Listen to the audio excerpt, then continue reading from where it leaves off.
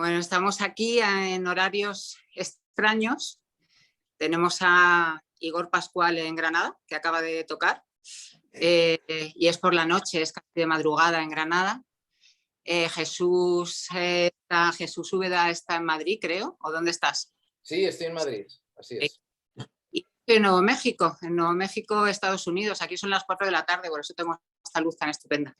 Y nos hemos reunido después de dar muchas vueltas, porque es un poco complicado esto de quedar por Zoom.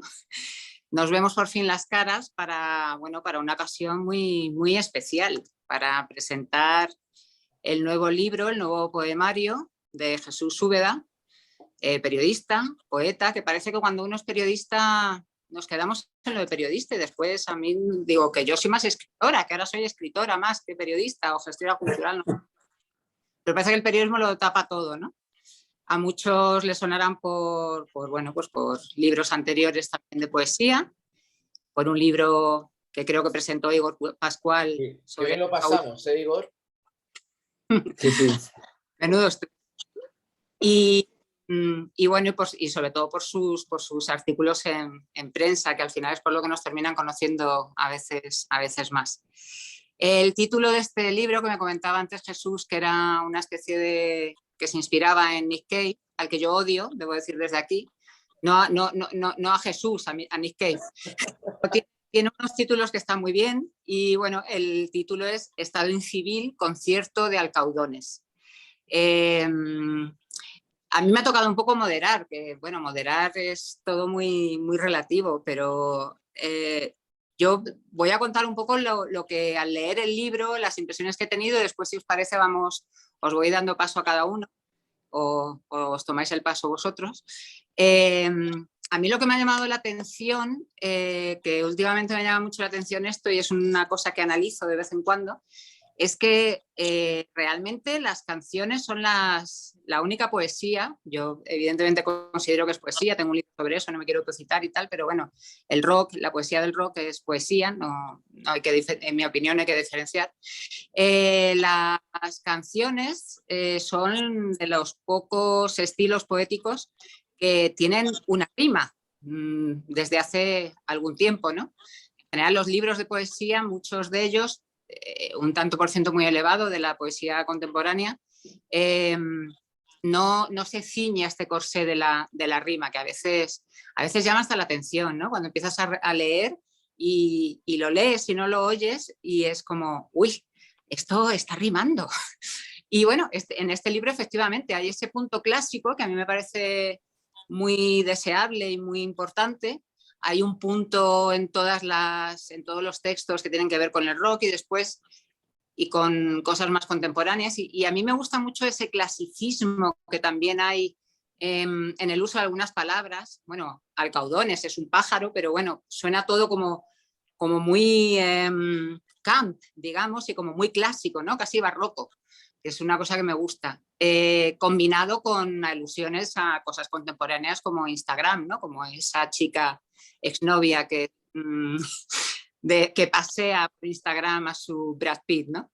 Esa ha sido la primera y la segunda, porque evidentemente para hacer esta presentación lo he leído varias veces, pero el gran flash que yo creo que hay que destacar de este libro, y que quizás esa es la importancia y la voz propia de Jesús, yo iría por ahí, pero le voy a preguntar a Igor, después de un concierto aquí hablando de...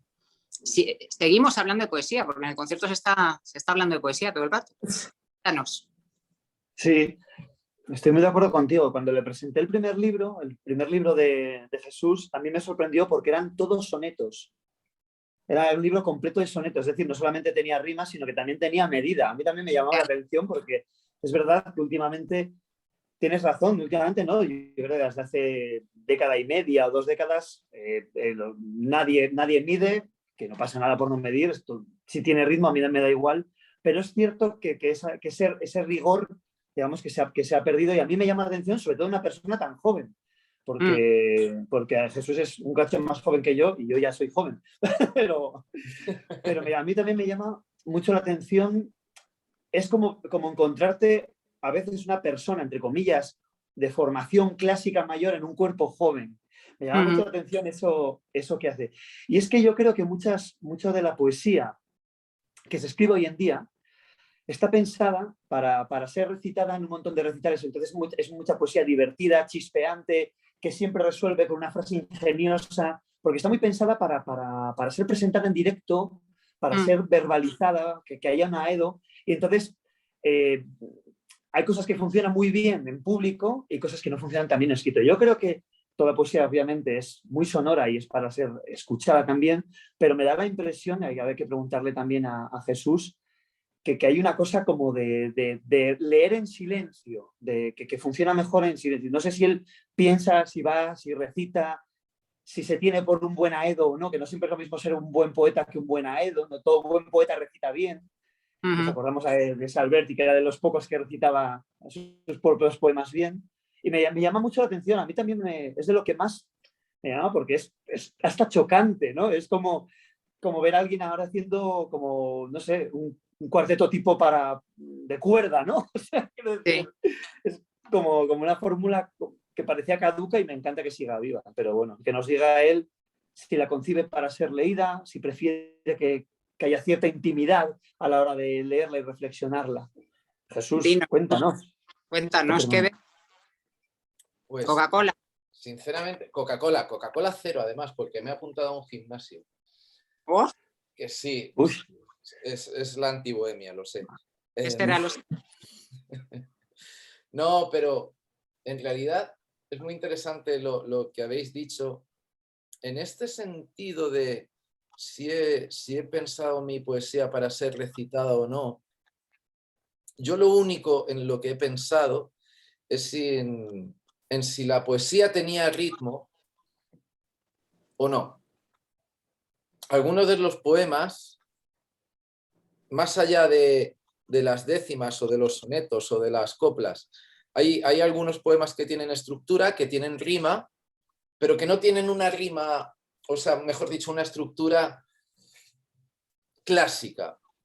Y en los que me he basado a la hora de escribirlos, simplemente en una melodía que yo tenía en la cabeza.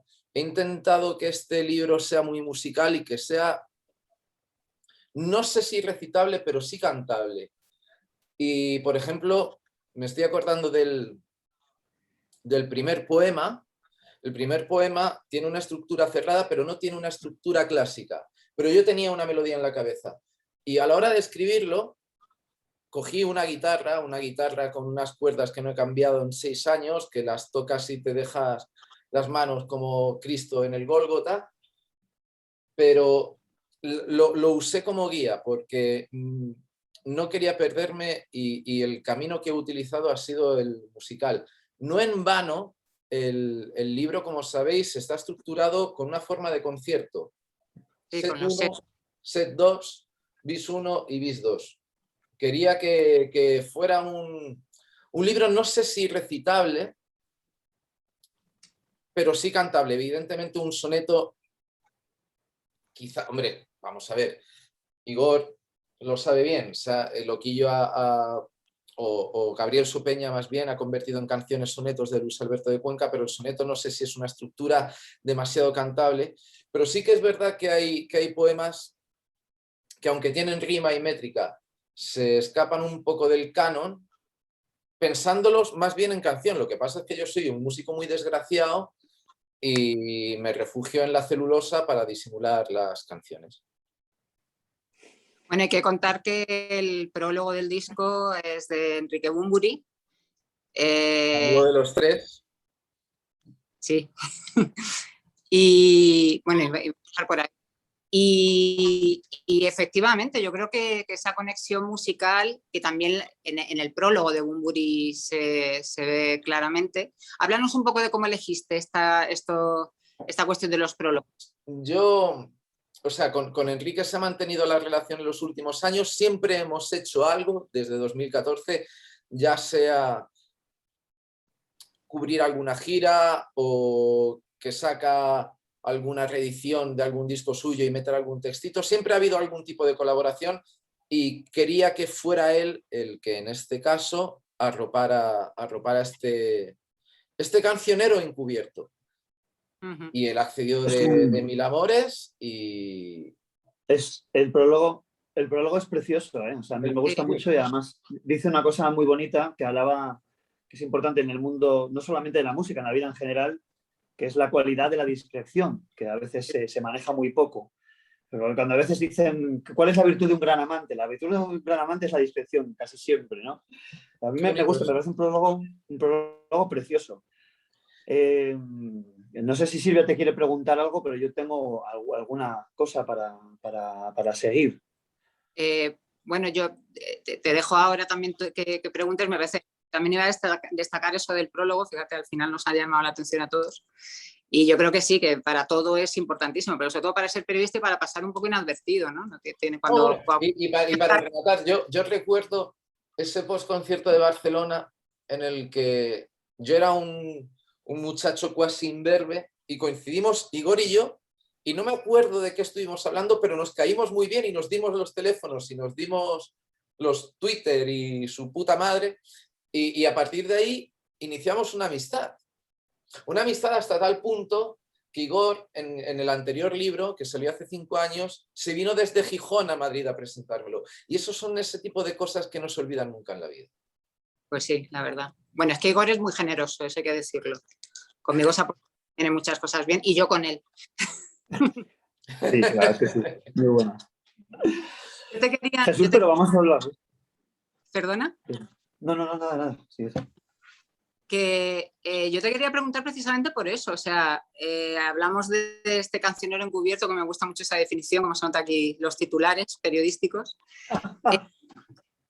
y a lo mejor me dices, eres una ignorante y no tienes ni idea, pero no has hecho ninguna canción para ninguno de estos artistas. Es que me imagino que es algo que la gente que nos esté viendo se lo estará preguntando. Y de pronto estaba haciendo memoria y digo, yo no tengo noción de esto. A lo mejor es un poco ignorancia de No, por... no, pero quien la quiera que la coja. Vale. Ahí está, ¿no? Ahí está No, escrita. pero mira, dentro de los poemas, yo creo que, no sé si el más cantable, pero sé que es cantable porque ese lo hice con guitarra en mano, con una melodía pésima, pero por lo menos me guiaba. Mi poema favorito de este libro es uno que se llama Desmontando un corazón. Y es un poema sobre mi relación con Dios. Hay gente que lo ha leído y dice, es sobre amantes o sobre su móvil. No, es sobre mi relación con Dios. No, yo Porque tampoco lo... Igor sabe que yo soy creyente del mismo modo que yo sé que él lo es. Y Bueno, y yo, ¿eh? pues maravilloso, maravilloso. Entonces, ese poema, si alguien lo cogiera, un Igor o un Enrique o quien sea, bueno, quien sea que hable el mismo idioma literario o musical que yo y le pusiera música, yo quedaría fantásticamente agradecido. Vale, pues ahí queda la cosa. Te quería dar este pie Igor, ahí lo tienes. Vale. para ver si Mira, queda la cosa. Por cuéntanos, dinos. sí. O sea, estaba viendo porque es verdad que es tan curiosa su poesía, sobre todo por atípica, Hay un momento que me gusta esto, que de anacrónica, que me parece una virtud también en muchas ocasiones, pero me veo que tienes Jesús, un gran interés en pertenecer a una tradición. Es decir, siempre hay una cita de una canción, bien sea de Cohen, de Cave o de Extremoduro, de quien sea, y luego también también haces muchos homenajes. Veo o sea, hay un gran grupo de canciones que son de poemas que son tributo a veces a escritores, no. O sea, es como que me da la impresión de que quieres pertenecer a una gran familia, como a una especie de genealogía de escritores músicos a los que rindes homenaje y constantemente citas. Siempre hay como muchas Sí, citas a un montón de sí. nombres y es bonito eso, ¿eh? El bis de este libro es deudor del anterior, en el que, como bien sabes, Igor, te dediqué un soneto.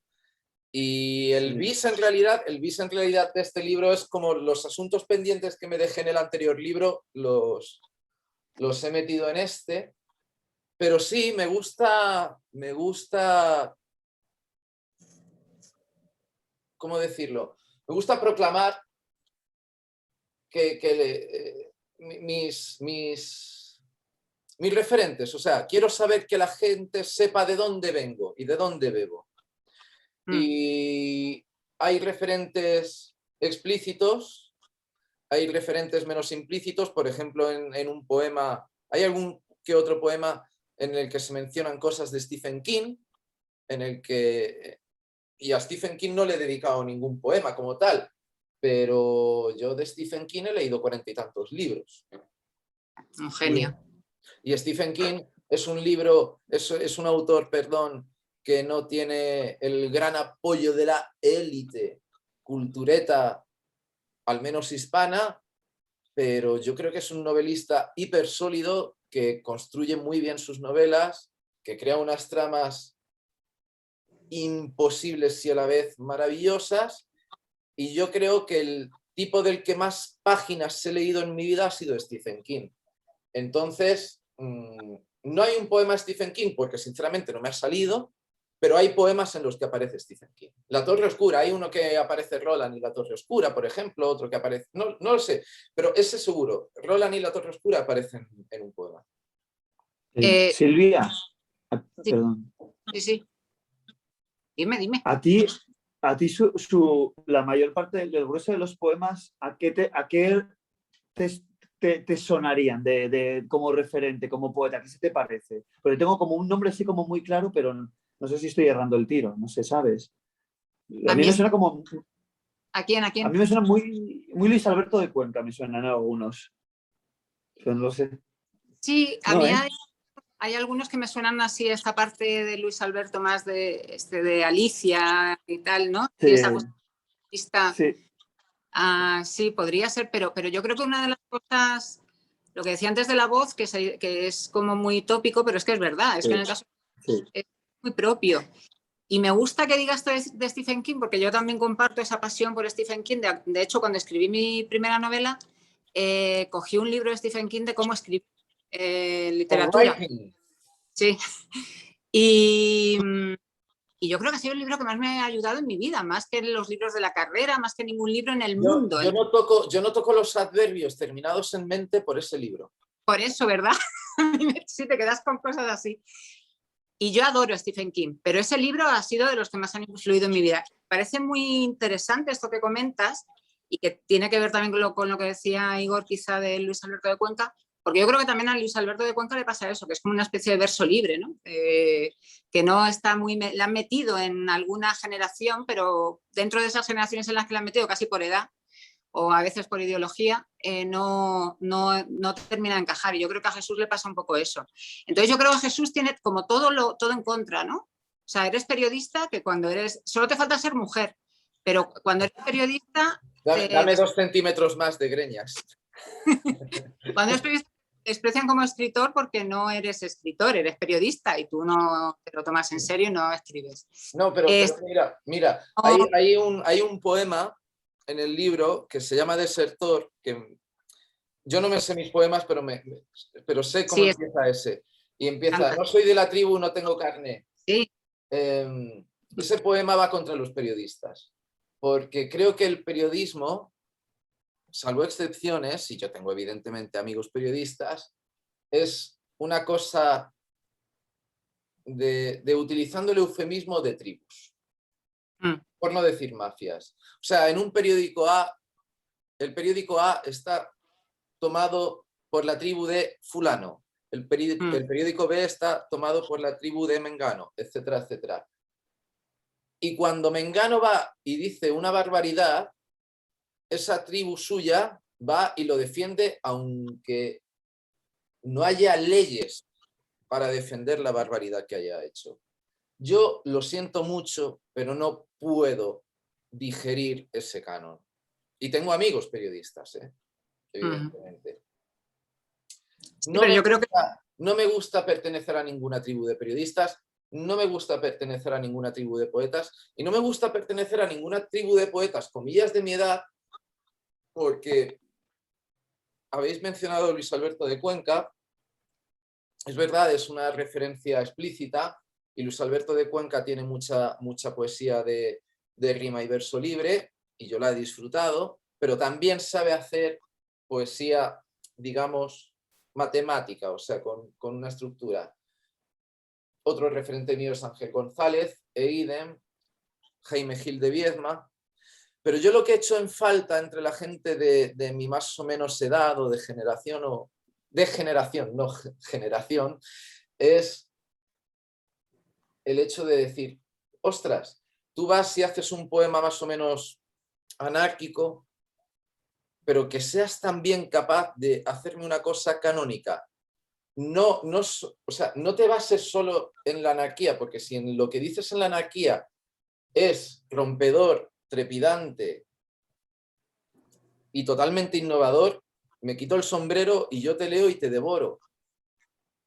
Pero veo mucho poeta que va y dice, la ventana miraba al horizonte azul y se queda tan pancho y va y saca una foto de mierda en Instagram y la publica y tiene 2.300 seguidores y ya se cree, vamos, el sucedáneo de Quevedo. Y discúlpeme, pero creo que hay que encontrar, hay que buscar, al menos, no sé si encontrar, pero al menos buscar algo que vaya más allá de la frase ocurrente triturada en versos. De la poesía del enter. Perdona, ¿se ha cortado un poquito, Silvia? Poesía del enter. Ay, la poesía del enter, por Dios.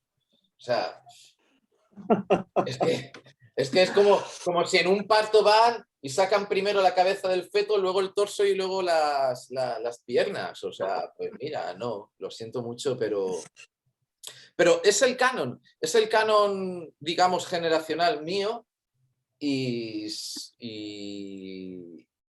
yo en ese sentido voy contra eso. ¿Tú cuántos años tienes a todo esto? 32. Hostia. Joven, no eres tan joven. No, hombre. Sí. Lo que pasa es que me he afeitado y parezco que tengo 31, pero... Ya va 30. Vale, para saber, porque es verdad lo que decía Igor, que leyéndote, pero también leyendo los artículos, pareces muchísimo mayor. O sea, pareces incluso mayor que nosotros. Pero, no, hombre, mayor que vosotros no. Pero sí que es verdad que soy un poco viejo. Bueno, igual te quiero hacer alguna pregunta más, así, Silvia, que seguro que tiene tal. Yo te quiero hacer una, si me permite, Silvia, sobre parte del contenido, porque, o sea, aparte de lo formal, veo, quizás es una cuestión de edad, muchos intentos como de autodefiniciones personales, ¿no? Como soy esto, soy lo otro, pertenezco. O sea, hay como unos gran poemas que no es precisamente tampoco lo que se llama la poesía del yo, porque no la metería ahí, pero sí como de autoformularte. No sé si estás en etapa de búsqueda, pero veo muchísima primera persona de construir una persona, ¿no? Una vida o algo. La segunda parte, la del concierto de los alcaudones, va por ahí. Y he tocado no sé cómo has dicho, autoformularte o algo así, ¿cómo ha sido? No, con construirte, o sea, como una manera de... Sí, ha sido como definirte. fijar conceptos temporales conmigo mismo, con mi creencia religiosa, con mis inquietudes filosóficas, con mis pseudocreencias políticas. Y sí, es verdad, tienes razón. No podría decirlo mejor de lo que lo has dicho tú. Uh-huh. ¿Y qué te ha servido este libro para hablar de eso, de las pseudo definiciones políticas, de estas dudas religiosas? ¿Te ha servido este libro para tener las cosas más? La segunda parte es como un desahogo. La segunda parte, sobre todo, está escrita durante los meses más tétricos de la pandemia, durante los meses de encierro, y ha sido como un desahogo, como cuando tienes una herida, la rajas y sale el veneno. Y después tienes otra parte también en el set 1, que creo que es que bueno, que hablas del desamor. Vamos a sacar el tema aquí un poco.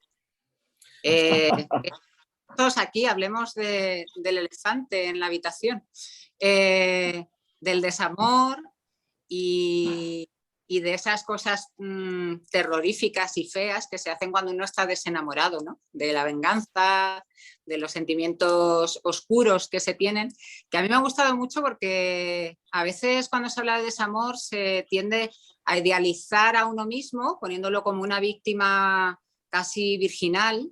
Y a mí me ha gustado mucho la forma en la que lo has hecho de explicar lo malo, por no decir palabrotas, que puede ser uno cuando está desenamorado y las cosas malas que piensa. Y me ha gustado mucho eso y después hay como una especie de sentido del humor muy soterrado, que también me ha gustado mucho, que yo creo que está en todo el libro, pero que ahí se ve más. Cuéntanos esa forma de expresar tus demonios más ocultos, tu cara más fea. Pues vamos a ver, la semilla de la primera parte del libro es una ruptura que yo quiero tener con una pareja en su momento y ella no quiere. Y yo paso por el aro de prorrogar en plan, bueno, a ver si durante un mes o mes y medio se reconduce la cosa y evidentemente no se reconduce. Al margen de eso, no, la primera parte del libro no está, digamos, protagonizada por una mujer. Es un concepto, ¿no?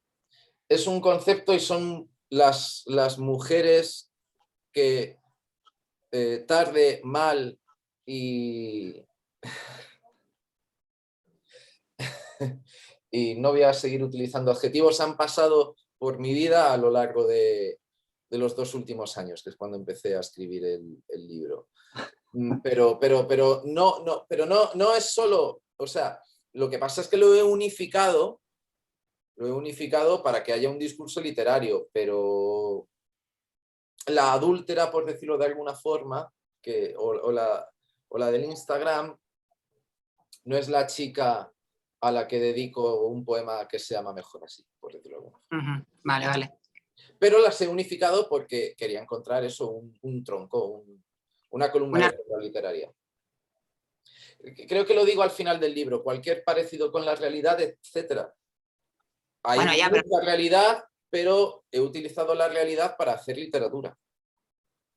Ya. Pero bueno, esto es lo que siempre hay que preguntar, porque después siempre es mentira. Evidentemente. No, y por ejemplo, el final feliz es totalmente impostado. Ya. Pero, siguiendo la filosofía que yo comparto con mi amigo Igor, yo amo mucho la vida. A mí no me gustan los cenizos. Y creía que el libro me había quedado muy cabrón, muy oscuro. Y como dice Igor en una canción, quien esté cansado de la vida, que se suicide, quien esté cansado de Occidente, que se lo piense, etc. Entonces yo quería meter un final feliz. Sí, no ser un pesado.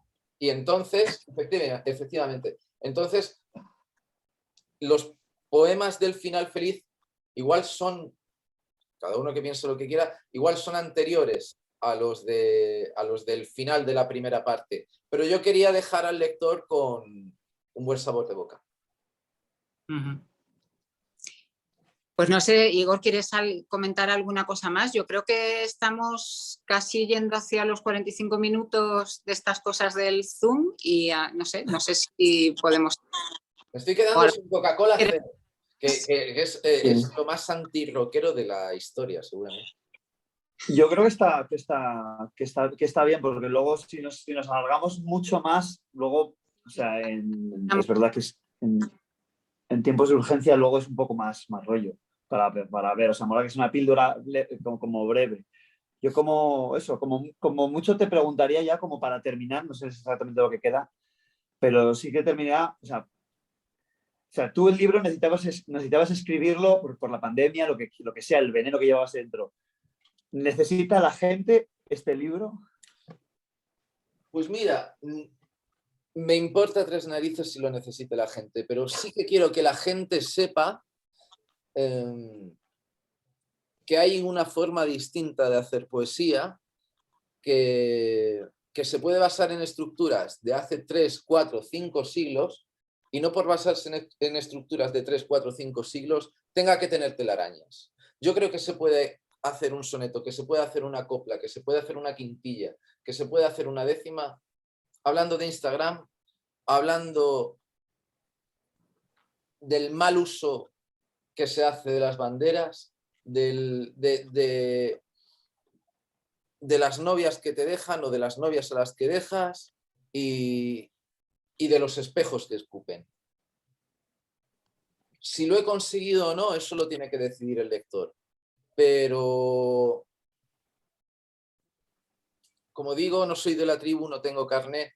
La tribu ahora mismo opta por una estructura laxa, una estructura o un discurso que no se sustenta en ecuaciones, en realidad son ecuaciones, y yo he dicho, se puede hacer una cosa moderna, en mi opinión, con parámetros de otro tiempo y parámetros sólidos, que yo creo, fíjate lo que te digo, ya al margen de que sean mejores o peores, el único poema que hay en el libro con rima y verso libre es una crítica a los poemas de rima y verso libre, pero también es una crítica a mí mismo, porque ojalá yo supiera hacer poemas con rima y verso libre y tener la constancia de saber que eso está bien hecho. Como yo no sé si cuando hago eso está bien o no, me baso en las estructuras. Porque Sí, sí. al menos digo, pues mira, la matemática me cuadra. Pero yo no, o sea, en realidad es tapar una falta, una falla. Pero es que creo que la gran falta y la falla de los poetas que hay ahora en general es que no saben hacer un soneto, que no saben hacer una décima, que no saben hacer una copla. Y yo al menos, te gustará más o te gustará menos, querido lector, pero te presento en el menú eso. Pues me parece una definición, una poética fantástica. Pues, A mí que eso me lo diga la directora del Instituto Cervantes de Albuquerque me vuelve loco. bueno, exageremos. Muy bien. No sé, con esto voy a hacer una despedida oficial o algo. Muchas gracias Sí. por estar aquí y allí. Y a ti, Jesús, por escribir este libro, por invitarnos a Igor y a mí. Doy las gracias en nombre de Igor, que para eso soy la moderadora. Y que ha sido un gusto estar con vosotros y poder haber leído el libro, que a veces uno deja los libros de amigos y cosas así y dice, bueno, ya lo leeré, pero como tenía que hacer la presentación, lo he tenido que leer, que ha sido una cosa maravillosa. O sea, que te lo agradezco mucho, Jesús. Bueno, no sé, Igor, di tú algo. Nada, que un placer. Me ha gustado muchísimo la definición última, porque es verdad que el exceso de libertad, todas las opciones es ninguna opción. A veces Sí. los músicos también lo hacemos, ponernos límites porque si no es una dispersión, para tener una poética. Me ha gustado mucho esta parte ¿Tú te acuerdas? final. No sé si te acordarás, pero cuando te entrevisté por Tierra Firme me dijiste, quiero innovar, quiero meter cosas, pero dentro del género canción. Es más o menos eso. Yo he querido innovar, pero dentro de un canon. Bien, y nada, me ha encantado. Y me ha encantado ver a Silvia, que hacía muchísimo que no la veía. Te veo fenomenal. A ti también, Jesús, que no te he visto hace un poco, pero te he visto más recientemente y la verdad es que ha sido un placer. Yo acabo de estar aquí en Granada, así que llegar al concierto y esto ha sido como precioso. Me ha puesto la cabeza en su sitio y un poco de alimento para el espíritu, para contrarrestar tanto rock. Así que os lo agradezco mucho. Qué bien. Pues un abrazo muy grande. Yo lo único que puedo decir es que muchísimas gracias, que es un gustazo veros, aunque sea a través de una pantalla de ordenador, y que ojalá nos podamos juntar en el mínimo tiempo posible para celebrar cualquier cosa, pero para celebrar y conjugar ese verbo. En general. Sí. A todos nos va bien. Más o Claro menos. que sí. Bueno, pues un beso. Bueno, un beso, queridos. Mua, mua, mua. Chao.